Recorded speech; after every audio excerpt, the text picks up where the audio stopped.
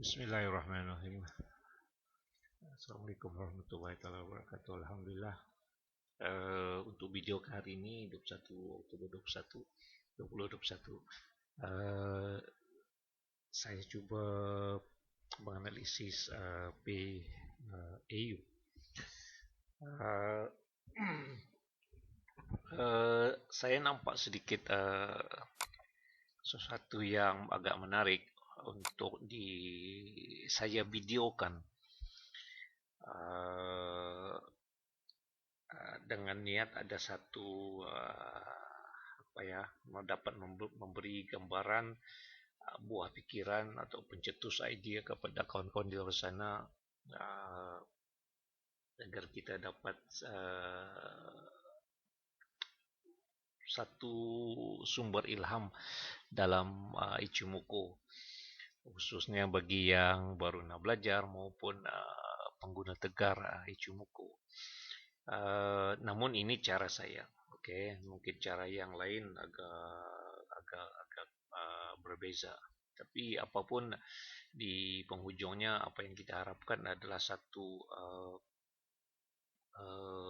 kejayaan. Pokoknya profit, yaitu saja. So langsung saja, di mana saya melihat sesuatu yang menarik di PAU USD. Saya sering persoalkan apabila price agak terus menaik begini, terus naik maupun sebaliknya turun begitu. Satu persoalan yang selalu bermain di pikiran saya, kalau price ni naiknya sampai mana? Itu adalah satu persoalan bagi diri saya dahulu kala, sebelum saya belum dapat memahami sepenuhnya tentang Ichimoku. Sekarang saya masih belajar juga, tidaklah saya mengatakan saya master. Tidak, master itu menjiwai sepenuhnya. Saya terus belajar dan terus belajar. Timbul di sini persoalannya, kalau kita perhatikan price menarik dan kita nampak di sini price sudah membuat rejection di situ. Kalau saya perhatikan di situ, ini adalah marking awal ya. Saya selalu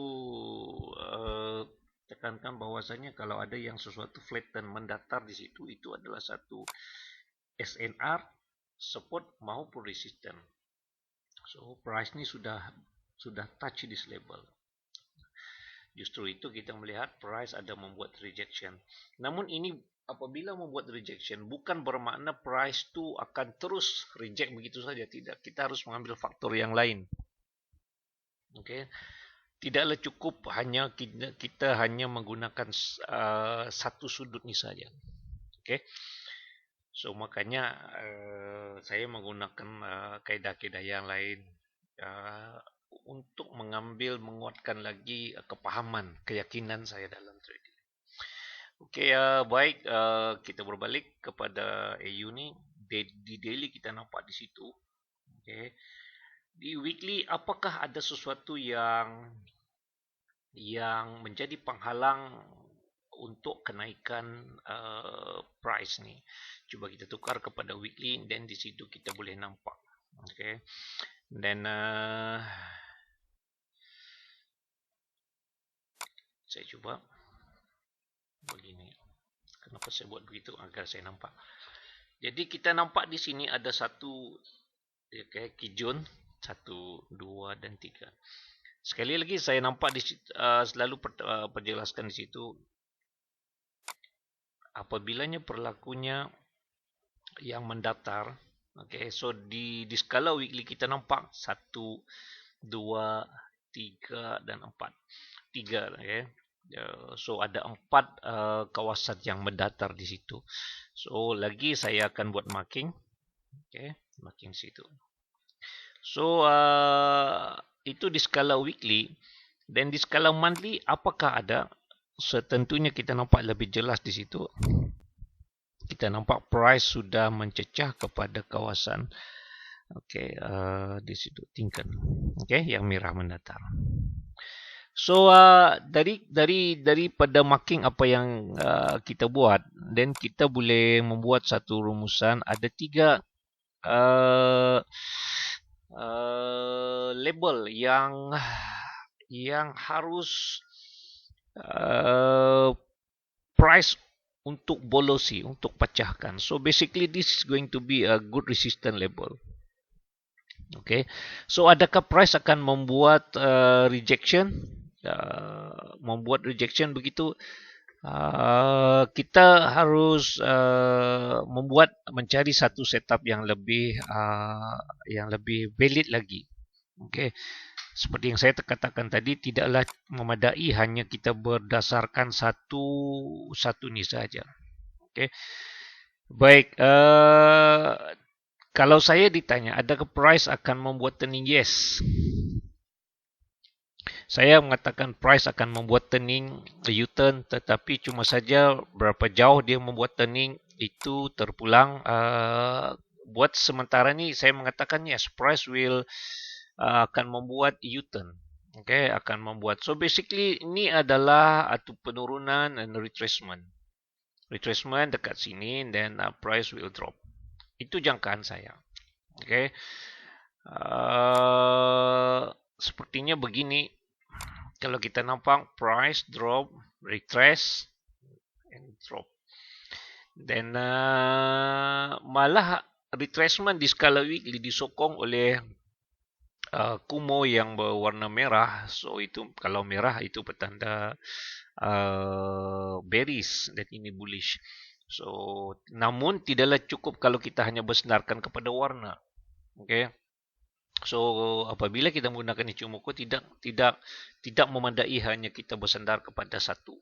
Makanya ada basic Ichimoku yang harus kita pelajari, melihat secara total keseluruhan penggunaan bahagian-bahagian Ichimoku.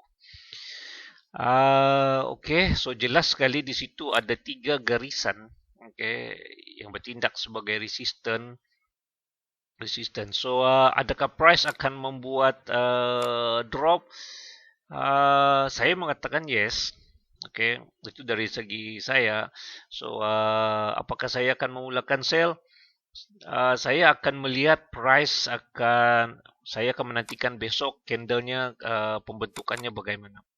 Okay, so kalau sekiranya pembentukan terjadi begini, yes, I'm looking for sell the price. Okay, cuma sekarang ni belum. Okay, saya belum ni. Ini sebagai baru nak bagihin. So ini tidak cukup untuk meyakinkan saya lagi, walaupun sudah price berada di kawasan resistant. Namun price boleh saja menaik dan menjadi bullish candle di sini. So di situ makanya saya tidak hari ini bukan satu keputusan. So saya menantikan di manakah candle ni besok akan close. Kalau sekiranya masih lagi in bearish, kalau sekiranya candle ni bearish warna merah, then I'm looking for sell. Okay, so itu saja yang saya nak kongsikan tu, bagaimana cara saya melihat maupun menganalisis satu-satu P dan akan mengitai peluang yang ada. Okay, so itu saja. Mudah-mudahan apa yang saya kongsikan ni bermanfaat dan apa yang kongsikan bukan semestinya tepat dan betul 100%. Okay, cuma ini saja adalah sudut pandang daripada saya sahaja. Mungkin kawan-kawan di luar sana mempunyai kaedah-kaedah yang lain, apatah lagi teknik-teknik maupun sistem-sistem yang lain dalam menganalisis yang lebih baik. Cuma saya berkongsi pendapat cara saya dalam membuat satu-satu analisis. Apa-apapun, mudah-mudahan perkongsian saya memberi manfaat dan memberikan satu cetusan idea kepada kawan-kawan di luar sana agar trading skill kita lebih baik, mantap dan akhirnya kita terus berjaya meraih keberhasilan dan mencapai financial freedom. Apa-apapun, seperti saya berkatakan, trust yourself, trust your own analysis and be yourself. Akhir kalam, terima kasih banyak. Assalamualaikum warahmatullahi wabarakatuh.